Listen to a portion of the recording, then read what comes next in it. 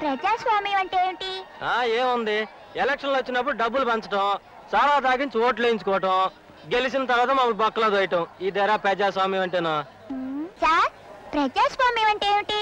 ప్రజాస్వామ్యం ఏముంది బాబు, ఉద్యోగులకు సమ్మె చేసే హక్కు, పోలీసులకు కాల్పులు జరిపే హక్కు, పత్రికలకు వాటి ఇష్టం వచ్చినట్టు రాసే హక్కు, ప్రభుత్వాలకు నిరుద్యోగులు తయారు చేసే హక్కు, నాయకులకు ఆ ప్రభుత్వాన్ని కూలదోసే హక్కు. ఈ హక్కుల్ని చిందే ప్రజాస్వామ్యం బాబు. మాస్టారు, ప్రజాస్వామ్యం అంటే ఏమిటి? ప్రజలందరూ కలిసి ఏర్పాటు చేసుకున్నదే ప్రజాస్వామ్యం. అంటే ప్రజలు తమ సుఖ సంతోషాల కొరకు, రక్షణ కొరకు కొన్ని నీతి సూత్రాలను, న్యాయ గ్రంథాలను రాసుకున్నారు. కాబట్టి ప్రజల కొరకు, ప్రజల చేత ఏర్పాటు చేయబడినటువంటి ప్రజల యొక్క ప్రభుత్వమే ప్రజాస్వామ్య ప్రభుత్వం. అయితే ఆ పార్టీలో ఏ పార్టీ గొప్ప సార్? పళ్ళుడగొట్టుకోవటానికి ఏరా అయితేనేం బాబు? నా ఒంటి మీద చొక్కా లేదు, నేను ఆ జెండా తీసుకోవచ్చా? కట్టుకోవటానికి బట్టలు ఇస్తామని వాగ్దానం చేశారుగా, తీసుకో. చూడు బాబు, ఆ పై జెండా మాత్రం ముట్టుకో. అలాగే.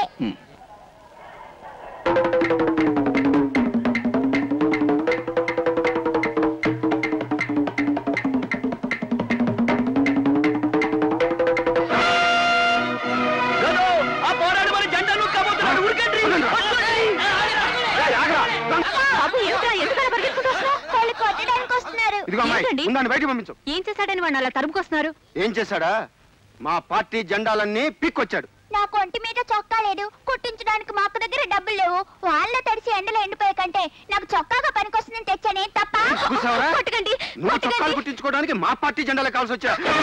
శతాబ్దాల చీకటిలో దిగంతాల రోదనలు బ్రతికింది, మిగిలింది, రగిలింది ఒక మాటే. ఏ దేశ చరిత్ర చూసినా ఏమున్నది గర్వకారణం. నరజాతి చరిత్ర సమస్తం బలహీనుల బ్రతుకులపై బలవంతుల పాదఘట్టనం. ఎవరా నువ్వు? VA boss. వి అంటే విప్లవం, ఏ అంటే అభ్యుదయం. ఆవేశం నాకు పాలిచ్చిన తల్లి, తిరుగుబాటు నాకు జ్ఞానం నేర్పిన తండ్రి. దౌర్జన్యం, దుర్మార్గం మా తల్లిదండ్రులురా. మర్యాదగా అడ్డులే, లేకపోతే అన్యాయం అయిపోతావు. ఒక చెంప మీద కొడితే మరో చెంప చూపించమన్నాడు గాంధీ గారు. కానీ కట్టుకోను గుడ్డలివ్వలేకపోగా జెండాలనైనా సిగ్గు గడ్డు పెట్టుకోనివని పార్టీలను చెప్పుతో కొట్టమని చెప్పటం మర్చిపోయాడు. చాలా ఎలవయ్యా, ఎవమో మర్యాదగా మా జెండాలు మాకు, లేకపోతే చాలా గొడవలు జరుగుతాయి. అక్కర్లేదులేండి, మీ జెండాలు మీకే ఇచ్చేస్తాను. తీసుకెళ్ళండి రా, తీసుకెళ్ళండి. వాటిని తీసుకువెళ్లి గాల్లోకి ఎగరేసి దేశాన్ని 21వ శతాబ్దంలోకి తీసుకువెడతామని మీ నాయకుల్ని నినాదాలు ఇవ్వమనండి. పొండిరా. థ్యాంక్స్ అండి, మా తమ్ముడిని కొట్టకుండా కాపాడారు. ఈ మాత్రం దానికే థ్యాంక్స్ ఎందుకమ్మా? ఈ దేశంలో పనికిరాని పార్టీల జెండాలన్నింటినీ తెచ్చి పేద ప్రజలకు జనతా వస్త్రాల పంపిణీ ఎప్పుడు చేయిస్తానో అప్పుడు చెప్పు థ్యాంక్స్. చాలా విచిత్రంగా మాట్లాడుతున్నారు. ఇంతకీ మీరేం చేస్తుంటారు? బతకలేక బడి పంతులు ఉద్యోగం చేసేవాడిని. కాలేజీలో పిల్లల ఆవేశాన్ని విప్లవాల టెస్ట్ ట్యూబుల్లో పోసి అభ్యుదయం అనే సారాదీపంతో వేడి చేశానని నా ఉద్యోగం ఊడబీకేశారు. ఎవరు? నేను విప్లవ కవిత్వం రాశానని ఒళ్ళు మండిన పెద్దలు, ఆ పెద్దలకే పెద్ద తలకాయ అయిన జరాసంధరాయుడు.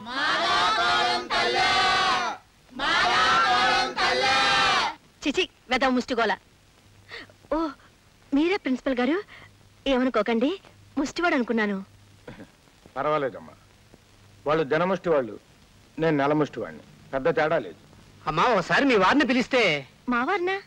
అదే జరాసంధరాయుడు గారిని. చచ్చే, నేను ఆయన సెక్రటరీని. ఓ క్షమించాలి, ఒకసారి రాయుడు గారితో మాట్లాడి వెళదామని వచ్చాం.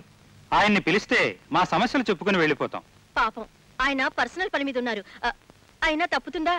ప్రజల పని కంటే సొంత పని గొప్పదా అని నన్ను తిట్టునా తిడతారు. ఇదిగో రాజేంద్ర, ఆ కట్టం తెరువు.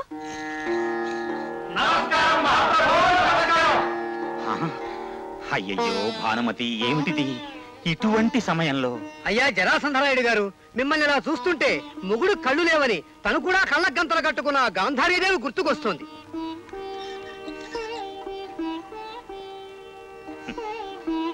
తన పనులు కూడా తను చేసుకోలేని అవిటిది నా భార్య. దాని యోగక్షేమాలు విచారించలేకపోతే ఇక దరిద్రంతో కుంటుకుంటూ నడిచే నా దేశాన్ని ఏం బాగు చేయగలను? ఇంతకీ తమరొచ్చిన పని? అదే సార్, బెజవాడ రోడ్డు కాంట్రాక్ట్ విషయం, మా అల్లుడు ట్రాన్స్ఫర్ విషయం, దాంతో పాటు మా వాడి ఎంబీబీఎస్ సీటు విషయం కూడా. భానుమతితో మాట్లాడారా?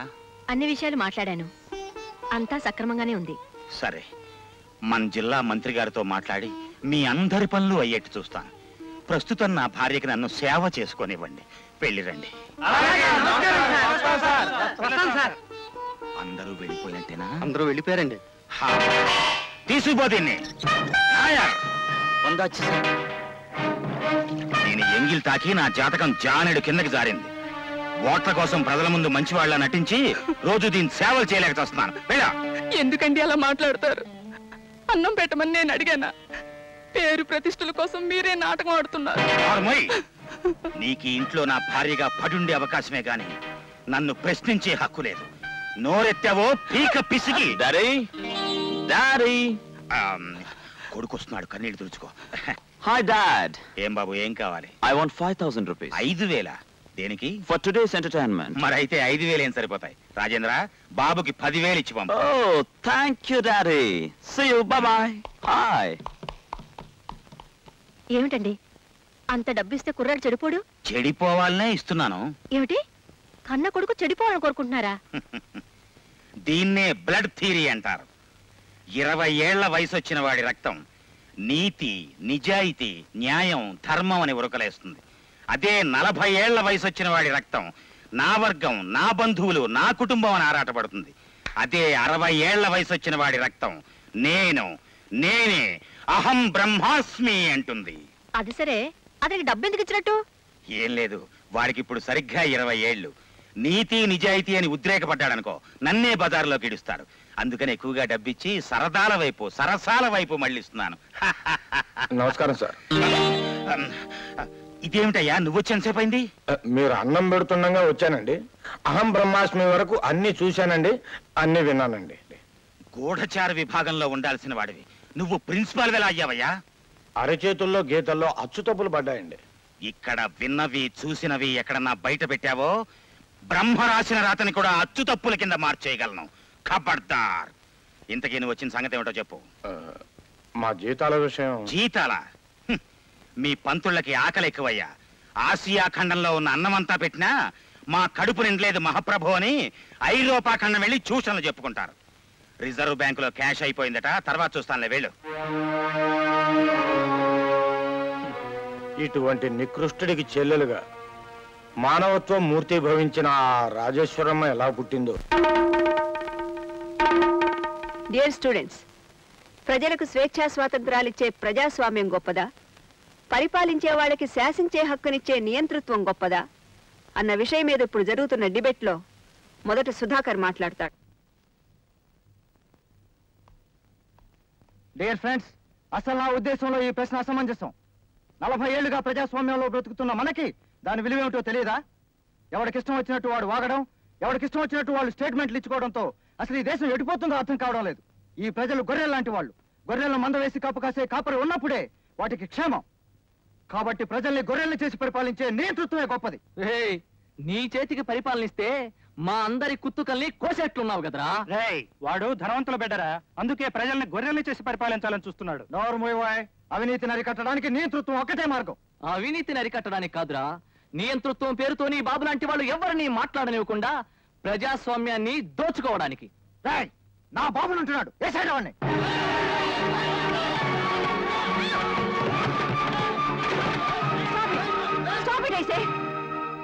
ప్రజాస్వామ్య ప్రియులు అని చెప్పుకుంటూ అతని మీద తిరగబడినప్పుడే తెలిసిందయ్యా మీకు ప్రజాస్వామ్యం అంటే ఎంత ఇష్టం.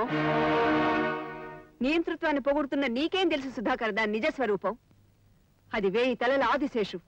నియంతృత్వాన్ని గెలిపిస్తే నీతికి నీడుండదు, నిజాయితీకి విలువ ఉండదు. ప్రజాస్వామ్యం గొప్పదైతే మరి ప్రజలందరూ సుఖ సంతోషాలతో ఎందుకు ఉండడం లేదు మేడం? ప్రజాస్వామ్యం పుస్తకాల్లో గొప్పగా రాయబడింది, కానీ ఆచరణలో అవినీతి పరులు దాన్ని అల్లరి చేస్తున్నారు. 10 సంవత్సరాల క్రితం దొంగ దొంగ నరిస్తే 100 మంది కర్రలతో బయటకు వచ్చేవాళ్ళు. కానీ ఇప్పుడు దొంగ దొంగ నరిస్తే అందరూ తలుపులు మూసుకుంటున్నారు. ఎందుకని? 10 సంవత్సరాల క్రితం ఒక ఆడపిల్లని అల్లరి చేస్తుంటే రక్త సంబంధం లేకపోయినా, వావి వరుసలు తెలియకపోయినా 100 మంది ఆ పిల్లను కాపాడేవాళ్లు. కానీ ఇప్పుడు నడి బజార్లో నగ్నంగా ఒక ఆడపిల్లని నడిపిస్తుంటే అందరూ తలలు వంచుకుని వెళ్ళిపోతున్నారు. ఎందుకని? మనకి సంబంధం లేని విషయాలలో మనం తలదూర్చడం ఎందుకనే అలసత్వం. అదే తప్పు. ప్రభుత్వం అంటే ప్రజలు, ప్రజలు సమిష్టిగా నిలబడితే సంఘం, సొసైటీలో ఒక అరాచకం జరిగినప్పుడు, ఒక అన్యాయం జరిగినప్పుడు ముందు స్పందించవలసిందే ప్రజలే. పోలీసులు వస్తారులే అనుకునే లోపు మానభంగాలు జరిగిపోవచ్చు, న్యాయం కాపాడుతుందిలే అనుకునే లోపు జీవితాలే నాశనం కావచ్చు. సో మై డియర్ స్టూడెంట్స్, డెమోక్రసీని మంచి కోసం వాడుకుంటే సత్ఫలితాలనిస్తుంది, అవకాశం కోసం వాడుకుంటే అవినీతి పనుల్ని అందలం ఎక్కిస్తుంది. మనం లంచం అయిపోతే పోలీసులు తప్పు చేయలేరు, మనం దొంగ సాక్ష్యాలు చెప్పించకపోతే న్యాయస్థానంలో అన్యాయం జరగదు, మనం గెలిపించకపోతే అవినీతి పనులు నాయకులు కాలేరు. సో దాన్ని కాపాడి సక్రమైన పద్ధతిలో పెట్టవలసిన వాళ్ళు మీ యువతరం ప్రతినిధులే.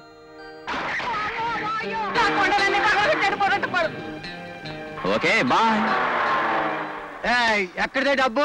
దొంగతనం చేసావా? దొంగతనం చేయలేదు బాబు గారు, ఆ కారులో వెళ్ళే బాబు గారు ఇచ్చారు బాబు. అంటే ఆ కారులో బాబు నీకు డబ్బు ఇచ్చాడా? పిచ్చి పిచ్చి అసలు నెలకి